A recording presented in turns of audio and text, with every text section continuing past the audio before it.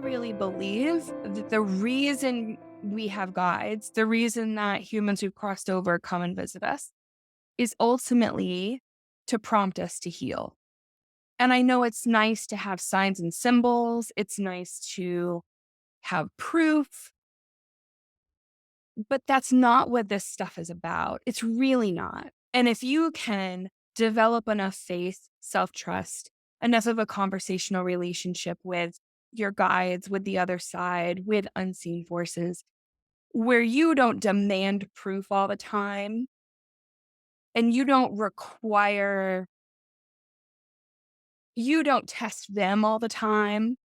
If instead you can be in a container of acceptance that they're there and they exist, and most of you knows that implicitly, if you can be in that container, you can do anything. You can be healed. You can transform. Life becomes alchemical, alchemy, right? The combination of things to create something bigger, larger, more mysterious happens.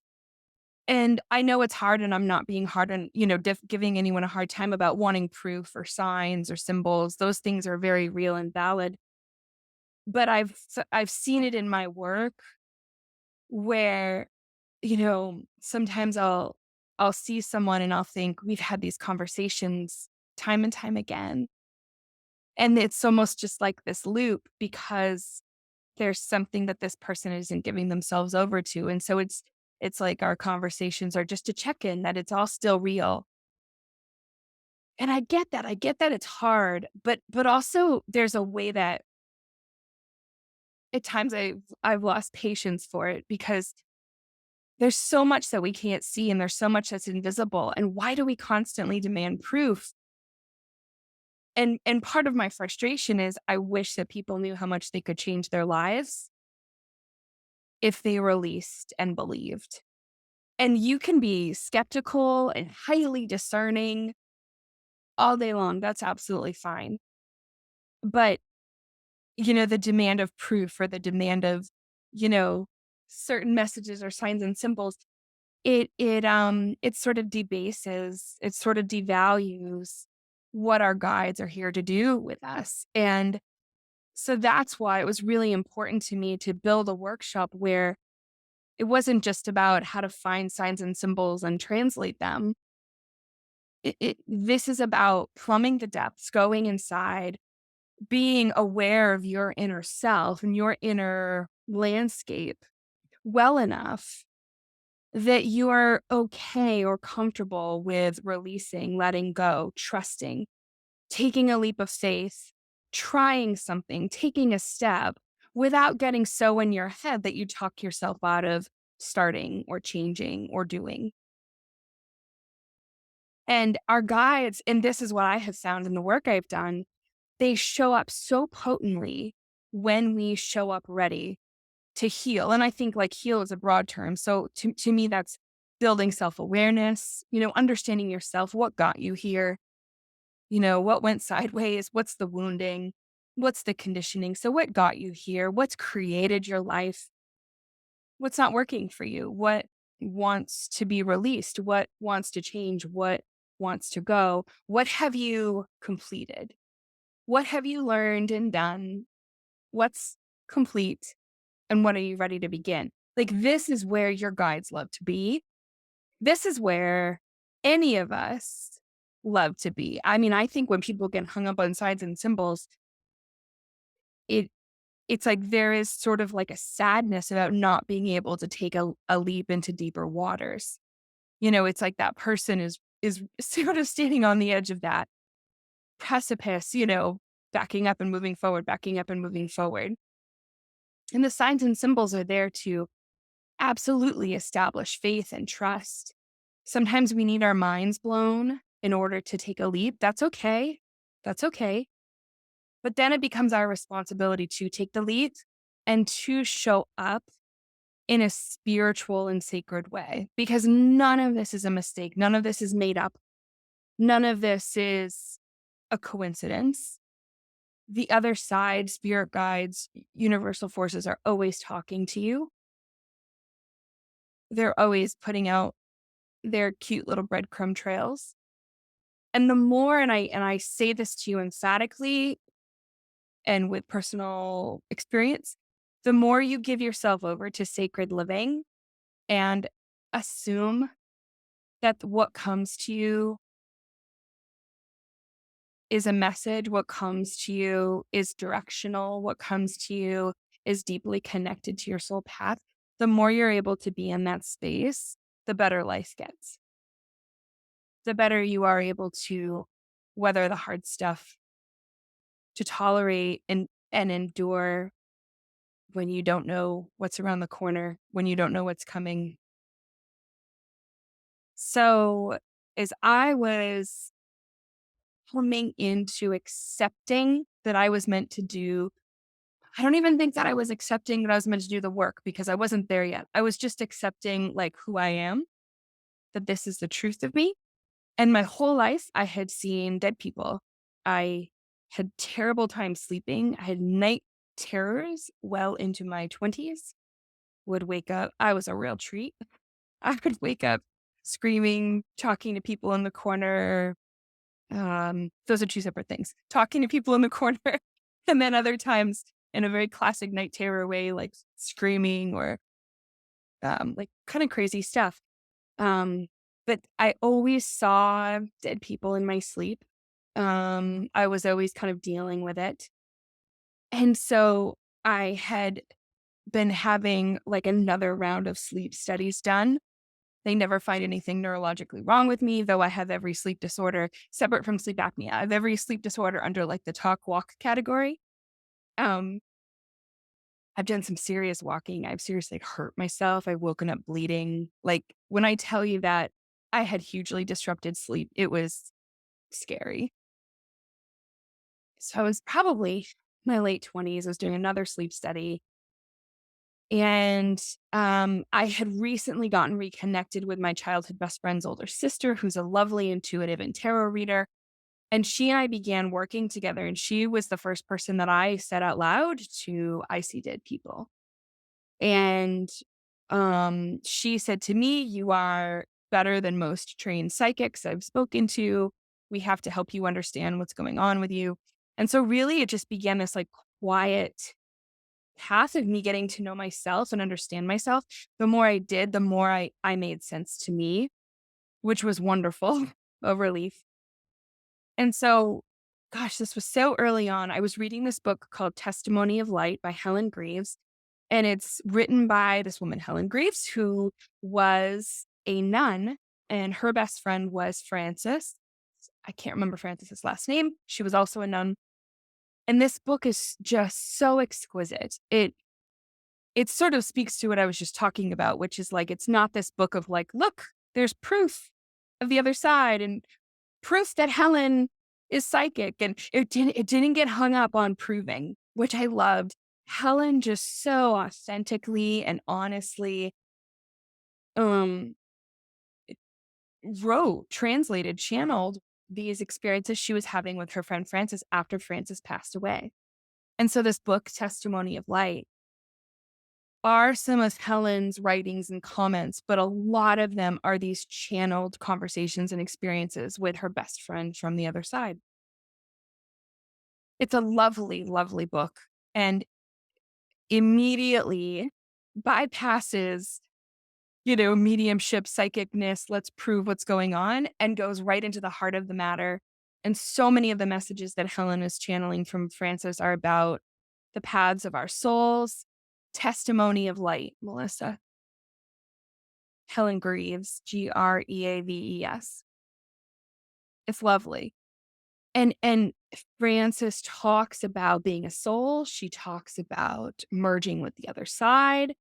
She she shares so much about what's happening on the other side. It's just lovely.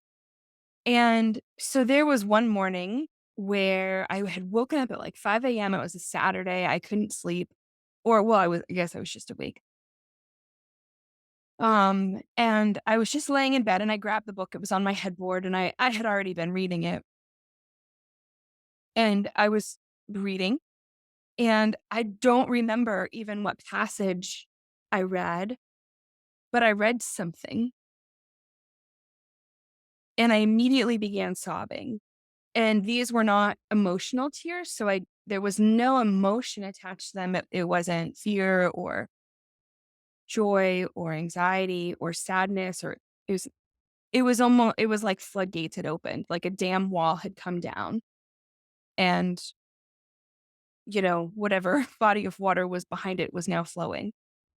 And I was laying there just sobbing and sobbing, tears, tears, tears. And I remember thinking, I know what I'm supposed to do now. I know what I finally understand what this is, and I know what I'm supposed to do with it.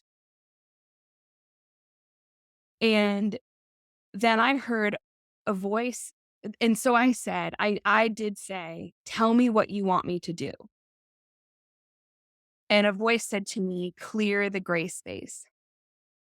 And I don't remember if I talked back, if it was a conversation. All I remember is receiving an immediate understanding of what the gray space is. And so so what I was given is that the gray space is really a place. So let's talk about it in terms of the other side. It's really a place where souls, let me give you the very basic version of this and let me explain what it means. So it's like souls get confused. And the gray space is a place where souls aren't in alignment with what's true. So what that means is souls who cross over and can't forgive themselves for things they've done in this lifetime and get stuck. Souls who don't feel lovable and cannot take in love, like restorative. There's a restoration when we cross over. So souls who cannot take in that restoration of love, of self-awareness, of just really like being able to take in acceptance and the truth that they're one with the all. And so this is less, so I don't believe in hell, but I do believe that we can consciously create circumstances that feel like that. And that goes for being on the other side. We can create circumstances where we get sort of stuck, quote unquote. Now, I don't believe that an outside force condemns a soul to go someplace. I believe that if a soul is stuck, there's healing and restoration that needs to happen. And to me, it always comes down to the relationship with self. If I don't feel like I'm worthy of love, I'm gonna get stuck because I'm not gonna be able to take it in, right? Like if I feel like what I've done here in my human life is unforgivable, forever unforgivable, I'm gonna have a hard time crossing over when the other side wants me to take in forgiveness and personal responsibility and begin to work with what I've done. Okay. So the gray space is just a space where we get out of alignment. And that can happen on a soul level where when souls cross over, there's misunderstandings. And I'm not talking like you and grandma argued at Thanksgiving. That's not what we're talking about. We're talking about like real relationship with self. Like, I am not worthy. I cannot forgive myself. I do not believe I am worthy of more. We're talking about this kind of stuff. And so I don't think that every person on the other side who comes through is in the gray space. I don't think that at all. I've met some who are, and we do some work on that. But the other directive around the gray space was help humans not fill the gray space. And so what that means is, we go through so much as humans, and there's trauma and wounding and conditioning and all the things. And we need to at least be in relationship with that stuff, moving with it so we don't get stuck with it. And the directive from the guides for me was help humans become more conscious. So name and honor their experiences, talk about what they've been through, take it out of themselves. It's a problem when it's in us. It's a problem when it's stuck in us. The narrative, the story, which invariably leads to us not loving ourselves, not forgiving ourselves, thinking, we're bad, wrong, not worthy, etc. So it's like taking it out of us. And that's when the guides told me clear the gray space with humans, it's like clean up the places where you're not conscious, clean up the places where you're not in alignment. And I don't mean you have to walk around every day saying, you know, I love myself wholly and completely. And like, it's okay. I know you're going to go through times where you're down on yourself and you wonder, and that's okay. That's part of the human experience. You're supposed to. But the problem is when it gets stuck, and you and me, the problem is when it really gets stuck and it becomes a way of life. It becomes an immovable, fixed perspective or mindset that then creates reality and really stops you from growing and expanding, healing, taking responsibility, honoring yourself, honoring others, being a good steward of the universe. So ideally, we heal in this lifetime. And I don't mean like heal every tiny little thing. I just mean we're people who come into our human lives paying attention and curious and open and looking for some healing and willing to tell some truth to ourselves and grow. That puts us in a position we're poised then when we cross over to be aware that circumstances are changeable and that we can expand and that forgiveness is always available and love is unending. It positions us to know and understand about universal forces and that know and understand that they're bigger than us and that we need to get out of the way and cooperate with them. And that helps our transition to the other side. So I really believe that this assignment I got to clear the gray space, whether that's with people on the other side or people here. And sometimes we do clear up disagreements or misunderstandings that happens. But by and large, when your loved ones come through from the other side, it's because they want you to heal. And that's where I sort of say that I get into like, I understand everyone needs signs and symbols, but then at some point we've got to move beyond that and start like getting down to the real talk. And if your dad's on the other side and coming through, I love it that he's bringing cardinals with him, but this isn't about cardinals. This is about what does he need to own or say or acknowledge? What does he want to tell you about you? Is there some healing that has to be done? Is there some wholeness to attain? Some cords to cut? And so I really feel that the humans who passed away and our spirit guides, they're showing up to pull us, draw us, nag us into a space where we are moving, we are healing, we are considering, we are curious, responsible, growing, etc. That's what they want from us. The thing that breaks my heart the most is when someone says like, "Oh, my grandmother, must be rolling over her in her grave. She must be so mad at me."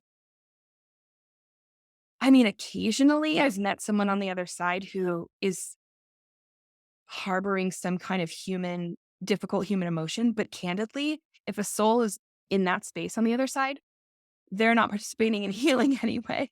If they're still stuck with human emotion, then that means they're stuck. But no, like your grandmother's not upset and rolling over in her grave. She's a soul. She's transcended the humanness. She's not keeping score. There are no grudges. And it's so hard for us to see that because we're steeped in the humanness and we're trained to think about everything in a very human, practical, literal, tangible, materialistic way.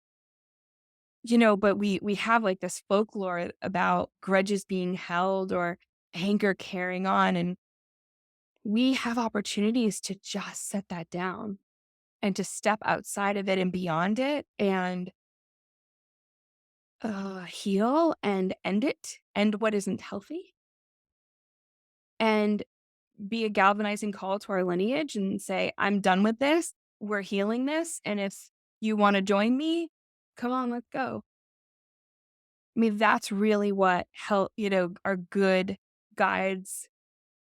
That's not the right way to say this because there aren't bad guides. That's what our guides want us to do. That's what, when we're talking about humans who've crossed over, the ones we want to work with are the ones who want to do that kind of stuff with us. So